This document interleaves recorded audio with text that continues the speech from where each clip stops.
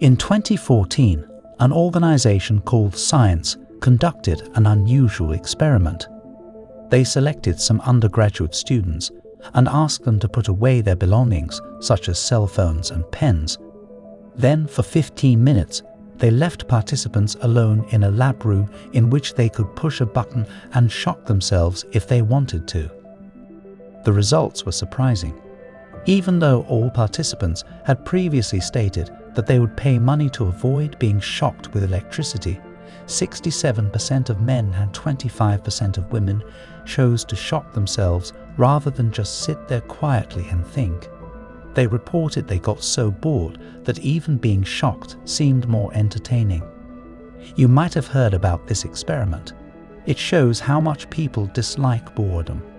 How can we turn this universal experience of boredom to our advantage? Boredom is often the root of many of our problems. Yet, ironically, boredom might also hold the answers to these same issues. Think about this scenario. Imagine if, like in that previous experiment, you were left in an empty room with just a phone and a book. You would have 3 options. The first one is just sit there quietly and think. The second one is to read the book. The third is to use the phone.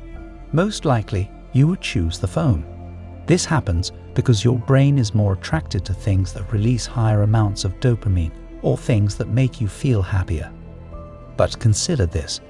Next time you're left in an empty room with only a book, you'll have just 2 options. In that situation, your brain would prefer reading the book over doing nothing. This is because reading the book provides more dopamine than sitting idle. Even if you're not someone who usually enjoys reading, in this scenario, you might find yourself choosing to read. Let's assume the book is in Chinese. Even if you don't know any Chinese characters, you will at least look at the images in the book. This is because, for your brain, there's nothing more boring than doing nothing at all. Now you might understand what I'm saying. If you're left in an empty room and there's only one thing you can do, you will do that thing. Now think about your work environment. Are there things that give your brain more dopamine than what you get from activities like studying? If you compare the dopamine release from using a phone to that from reading a book, there's a big difference. Therefore, it's natural to be drawn to the phone. So if you remove distractions, like your phone from your workplace, your brain will naturally focus on the remaining options available to you. This is great because, unlike methods like monk mode or dopamine detox, we don't have to spend weeks or months training our brains. It's not that those methods are useless, but this little trick works very quickly. This happened to me one day without even realizing it. It was the last week of March. Usually, by the end of the month, the Wi-Fi data at our house runs out. So when this happens, I switched to using mobile data. But on that day, my mobile data was also gone. I couldn't play a game or browse social media. I turned on the TV, but there was nothing interesting on. So the only option I had left was to write the script for my next video, which I needed to do anyway.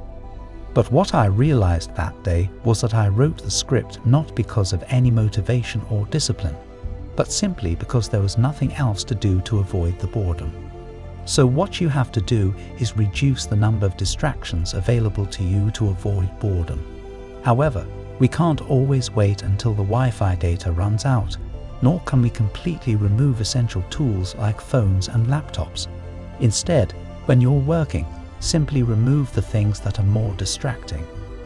When these distractions are out of sight, your brain will naturally focus on the remaining tasks to gain dopamine.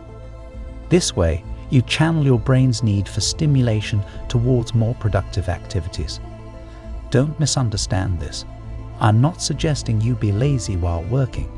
Rather, when you feel bored, eliminate the activities that waste your time, leaving only those tasks that you actually need to accomplish. If you think about it clearly, you'll realize that you may have been viewing boredom from the wrong perspective. Embrace it as an opportunity to focus and engage deeply with your essential tasks, rather than a state to avoid with distractions. Before ending the video, I want to tell you about a slightly unusual mental exercise you can try if you're interested. Go to your room, sit down, and stare at an empty wall for 10 minutes.